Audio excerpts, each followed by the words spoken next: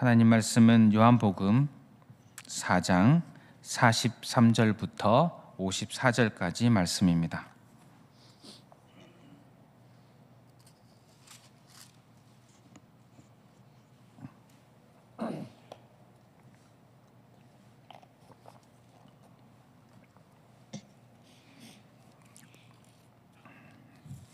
다 함께 봉독하겠습니다. 이틀이 지남에 예수께서 거기를 떠나 갈릴리로 가시며 친히 증언하시기를 선지자가 고향에서는 높임을 받지 못한다 하시고 갈릴리에 이르심에 갈릴리인들이 그를 영접하니 이는 자기들도 명절에 갔다가 예수께서 명절 중 예루살렘에서 하신 모든 일을 보았음이더라. 예수께서 다시 갈릴리 가나에 이르시니 전에 물로 포도주를 만드신 곳이라. 왕의 신하가 있어 그의 아들이 가버나움에서 병들었더니 그가 예수께서 유대로부터 갈릴리로 오셨다는 것을 듣고 가서 청하되 내려오소서 내 아들의 병을 고쳐 주소서 하니 그가 거의 죽게 되었음이라. 예수께서 이르시되 너희는 표적과 기사를 보지 못하면 도무지 믿지 아니하리라. 신하가 이르되 주여 내 아이가 죽기 전에 내려오소서. 예수께서 이르시되 가라 내 아들이 살아있다 하시니 그 사람이 예수께서 하신 말씀을 믿고 가더니 내려가는 길에서 그 종들이 오다가 만나서 아이가 살아있다 하거늘 그 낫기 시작한 때를 물은즉 어제 7시에 열기가 떨어졌나이다 하는지라. 그의 아버지가 예수께서 내 아들이 살아있다 말씀하신 그때인 줄 알고 자기와 그 온 집안이 다 믿으니라. 이것은 예수께서 유대에서 갈릴리로 오신 후에 행하신 두 번째 표적이니라. 아멘. 오늘 말씀은 예수님께서 왕의 신하의 아들의 병을 고치신 이야기입니다. 이 이야기에 대해서 성경은 다음과 같이 정리를 합니다. 54절에 보면 이것은 예수께서 유대에서 갈릴리로 오신 후에 행하신 두 번째 표적이니라. 이렇게 정확하게 정리를 해 줍니다. 이 사건이 표적이라는 것입니다. 표적은 어떤 표시, 사인입니다. 무언가를 나타내는 역할이지요. 요한복음의 표적은 예수님께서 누구신지를 나타내는, 예수님이 누구신지를 나타내는 역할을 하는 것이 표적입니다. 예수님께서 어떤 분이신지를 드러내고 그것을 통해서 사람들로 하여금 예수께서 하나님의 아들 그리스도이심을 믿을 수 있는 믿음에 이르게 하기 위한 그런 도구로서 표적을 요한복음은 기록하고 있습니다. 갈릴리에서 행한 두 번째 표적이라는 것입니다. 오늘 말씀이. 그렇다면 갈릴리에서 행하신 첫 번째 표적은 같은 장소 갈릴리의 가나에서 행하셨던 물을 포도주로 만드신 사건 2장에 나옵니다. 본문과 동일한 동네인 갈릴리 가나에서 행하신 기적인데 이 첫 번째 표적에 대한 성경의 정리도 마찬가지입니다. 2장 11절에 보면 예수께서 이 첫 표적을 갈릴리 가나에서 행하여 그의 영광을 나타내심에 제자들이 그를 믿으니라. 이 첫 번째 표적이 예수님의 영광을 나타내셨고 그로 인해서 사람들이 예수님을 믿게 되었다라는 것이죠. 이 첫 번째 표적으로 예수님의 영광을 드러내셨습니다. 그렇다면 오늘 이 두 번째 표적으로도 예수님이 어떤 분이신지가 드러나는 것 자체가 예수님의 영광이라 할 수 있습니다. 예수님의 영광이 어떻게 드러나는지 우리가 살펴볼 수가 있습니다. 첫 번째로는 예수님의 하나님 되심, 즉 신적인 영광이 드러나십니다. 예수님은 왕의 신하의 아들의 병을 고치셨습니다. 생명을 주관하시는 분이심을 드러내십니다. 어떤 방식으로 고치십니까? 말씀하심으로 고치십니다. 능력이지요. 천지를 창조하신 능력을 엿볼 수가 있습니다.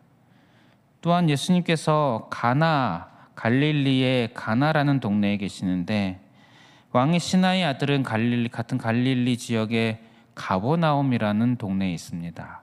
이 가나와 가버나움의 거리는 지도상으로는 직선거리로 한 30km 정도, 우리 교회 이곳에서 밀양 정도까지의 거리입니다. 직접 가서 고치실 수도 있으셨겠지요. 가달라고 왕의 신하가 요청을 하였습니다. 하지만 가지 않고 고치셨습니다. 어떤 공간이라는 것을 개념을 초월하시는 그런 능력을 보여주십니다. 이 사건이 예수님의 하나님 되심을, 신적인 영광을 드러내는 사건이라는 것을, 그런 표적이라는 것을 우리가 알 수 있습니다. 이 이야기가 있기 바로 앞에는 사마리아에서 여인을 만났던 이야기가 담겨 있습니다. 그곳에서 예수님은 그리스도시다, 예수님은 세상의 구주이시다라는 것을 명확하게 드러내시는데, 과연 그 말씀대로 예수님이 그리스도시요 세상의 구주라는 것을 오늘 이 표적을 통해 드러내고 계십니다. 두 번째로 예수님의 어떤 분이신지 드러나는 것이 예수님의 사랑, 예수님의 좋으심, 성경에 예수님이 좋은 분이다를 또 선하심이라고도 표현이 됩니다. 예수님의 좋으심, 선하심, 또 예수님의 사랑의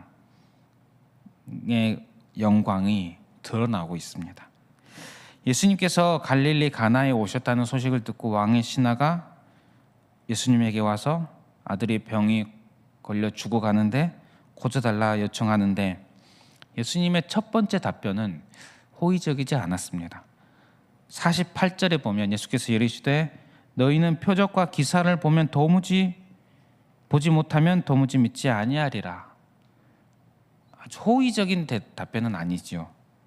칼빈 선생은 꾸짖는 것이라고 표현했습니다. 예수님께 어떤 기사, 즉 기적을 원하는 사람들, 기적을 바라고 오는 사람들을 보통은 친절하게 맞이해 주시지 않았습니까? 그런데 이곳에서 다소 비판적인 태도를 보이고 있는데, 표적과 기사, 기적을 보지 못하면 믿지 않는다 라며 비판을 하십니다.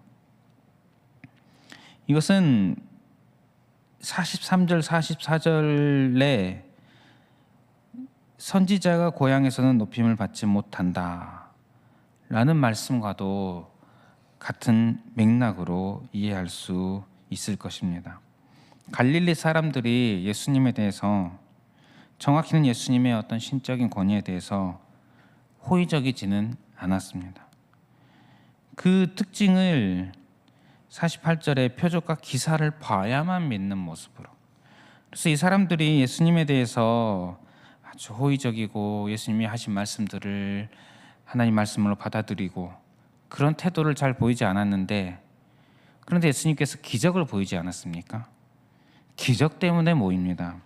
45절에 보면 선지자가 고향에서 높임을 받지 못한다 이렇게 말씀하시고서 45절에 갈릴리의 이름의 갈릴리인들이 그를 영접하니, 이는 자기들도 명절에 갔다가 예수께서 명절 중 예루살렘에서 하신 모든 일을 보았습니다라.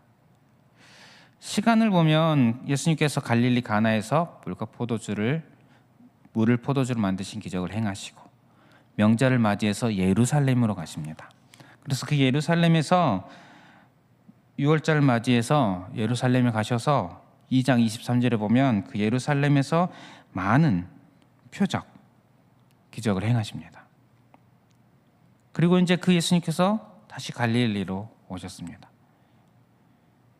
중간에 사마리아를 들리십니다. 사마리아에서는 예수님이 어떤 기적을 행하시지는 않았습니다. 여인과 대화를 했죠. 말씀. 그런데 이 사마리아 사람들은 보면 41절 42절에 보면 예수의 말씀으로 말미암아 믿는 자가 더욱 많아. 그 여자에게 말하되 이제 우리가 믿는 것은 내 말로 인함이 아니니 우리는 우리가 친히 듣고 그가 참으로 세상의 구주신 줄 알미라. 예수님의 말씀으로 예수님이 그리스도이시다, 세상의 구주다라는 것을 사마리아 사람들은 믿었습니다. 귀한 마음들을 가지고 있었죠. 그런데 이 갈릴리 사람들은 말씀이 아니라 말씀으로는 예수님의 선포로는 도무지 믿지 못합니다. 그런데 그 예루살렘에서 행하신 기적들, 이것 때문에 모여들었다는 것입니다. 왕의 신하 또 같은 마음으로 모은 것 같습니다. 갈릴리 사람들과 특히 다르지 않은 같은 마음들, 나아가서 오늘날도 많은 사람들의 내면에 있는 비슷한 마음인 것 같습니다. 말씀보다 행하시는 기적들, 이것 때문에 모여드는 그런 모습. 예수님은 이 부분을 먼저 지적하고 계시는 것으로 보입니다. 여기서 우리가 내 자신을 돌아볼 필요가 있겠지요. 로마서 10장 17절에 보면 믿음은 들음에서 나며 들음은 그리스도의 말씀으로 말미암았느니라. 믿음은 말씀에서 생깁니다. 베드로전서 1장 23절에 보면 너희가 거듭난 것은 썩어질 씨로 된 것이 아니요 썩지 아니할 씨로 된 것이니 살아있고 항상 있는 하나님의 말씀으로 되었느니라. 우리가 거듭난 것은 말씀입니다. 우린 말씀으로 인하여 믿게 되고 구원받게 됩니다. 기적이라는 것은 그 자체가 우리에게 믿음을 주지는 않습니다. 기적 그 자체가 우리를 구원에 이르게 하지는 않습니다. 말씀이 우리에게 믿음을 주고 구원에 이르게 합니다. 그러나 기적은 유익하지요. 기적은 우리로 하여금 말씀으로 그리스도에게로 더 확실하게 갈 수 있는, 이끄는 그런 역할 같은 것을 하는 매우 유익한 것이지요. 그래서 우리는 태도가 말씀으로 충분하고 말씀으로 만족할 수 있어야 합니다. 거기에 기적을 주시면 감사하고 더 큰 기쁨과 더 큰 확신으로 주님 앞에 설 수 있게 되는 것이지요. 이것이 성도의 균형 잡힌 자세라고 할 수 있을 것입니다. 그런데 어떻습니까? 말씀만으로 만족하지 못할 때가 있지 않습니까? 우리의 연약함입니다. 어떤 특별한 기도의 응답 또는 어떤 특별한 기적이 동반되지 않으면 때로는 이 말씀의 능력이 없는 것인가? 라는 생각이 들 때가 있습니다. 나도 모르게 응답을 해주시면 믿겠다. 기적 무언가를 보여주시면 믿겠습니다. 이런 비슷한 태도가 우리 가운데 혹여나 있는 것은 아닌지, 이 부분을 예수님이 지적하는 것입니다. 지적하고 있습니다. 우리의 연약함이죠. 모든 인간의 연약함입니다. 그런데 예수님은 이 부분을 지적하고 나서 그것으로 끝나지 않습니다. 50절에 보면 예수께서 이르시되 가라, 내 아들이 살아있다 하시니 그 사람이 예수께서 하신 말씀을 믿고 가더니. 앞부분에 좀 지적하셨죠. 그런데 그에게 온 이 왕의 신하의 요청을 외면하지 않으셨습니다. 아들을 고쳐주셨습니다. 응답하여 주셨죠. 이 왕의 신하도 다른 사람들과 동일했던 것 같습니다. 예수님의 기적을 행하시는 것 보고 찾아온 거죠. 완전한 마음, 온전한 마음이라고 보기는 어려울 것 같습니다. 그러나 부족하지만 진실된 마음으로 예수님을 찾아오는 그 영혼에게 그 영혼을 외면하지 않으시고 필요한 것을 공급해 주셨습니다. 참 좋으신 분이십니다. 그리고 이 왕의 신하 그리고 그 가족을 사랑하신 것이지요. 그래서 결국 이 가족이 어떻게 됩니까? 예수님을 믿게 됩니다. 이 믿는 장면도 너무나도 은혜롭습니다. 왕의 신하가 요청한 것은 예수님 함께 가시지요. 함께 가서 고쳐줄 것을 요청합니다. 그런데 예수님은 가라, 아들이 살았다. 그러자 왕의 신하는 갑니다.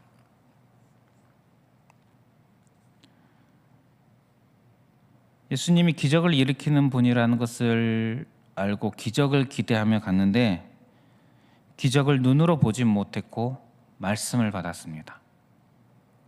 그런데 이 말씀을 받고 갑니다. 기적을 기대하고 온 이가 말씀만 받고 믿고 말씀을 믿고 갑니다. 달라졌습니다. 변화되었습니다. 이후에 나중에 아들이 살아난 것을 확인하고 더 큰 확신으로 믿음을 갖게 되었죠. 말씀을 원해서 간 사람이 아닙니다. 그렇죠. 기적을 원해서 간 사람입니다. 그런데 말씀에 대한 믿음을 주셨습니다.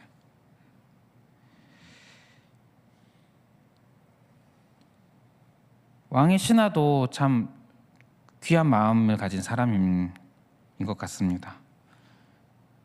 그리고 아들을 사랑하는 사랑 많은 아버지였을 것입니다. 그런 그에게 예수님은 그냥 아들 고쳐주는 것만이 아니라 말씀하심으로 믿음을 주셨습니다. 믿음이 생기게 하셨습니다. 그리고 그와 그의 온 집이 믿고 구원받게 하셨다는 것입니다. 성도 여러분, 여러분들은 어떻게 예수님을 믿게 되셨습니까? 내가 믿고 싶어서 믿게 되었습니까? 아닙니다. 주님께서, 성령님께서 나에게 믿음을 주셨습니다. 나를 위해 구원의 길을 열어주시고 나에게 믿음을 주셔서 내가 믿음이 생기고 구원받은 것입니다. 주님은 부족하고 헛된 것만 찾아가는, 심지어 예수님에게까지 아주 아름답게 가지 못하는, 때로는 헛된 것을 찾는 우리임에도 불구하고 그런 우리에게 믿음을 주십니다. 참으로 감사한 일입니다. 주님이 이렇게 우리를 향해서 참 좋으신 분이시고 사랑 많으신 분이라는 사실을 오늘 말씀을 통해 발견을 합니다. 오늘 우리가 이 말씀을 보며 예수님이 이런 신적인 영광을 가지신 분, 또 예수님이 이런 사랑, 그 사랑의 영광, 이것을 보며 감사하는 그런 하루, 그런 우리의 삶이 되시기를 축복합니다. 오늘 우리의 삶 가운데 예수님의 이 신적인 하나님의 영광과 사랑의 그 영광들을 또 한번 우리 삶 가운데 발견하며 살아가는 그런 오늘 우리의 삶이 되시기를 축복합니다. 우리 말씀 기억하며 기도하실 때에 예수님의 영광을 보는 삶 되게 하소서. 이렇게 기도하시고 또 주어진 기도 제목들 가지고 기도하겠습니다.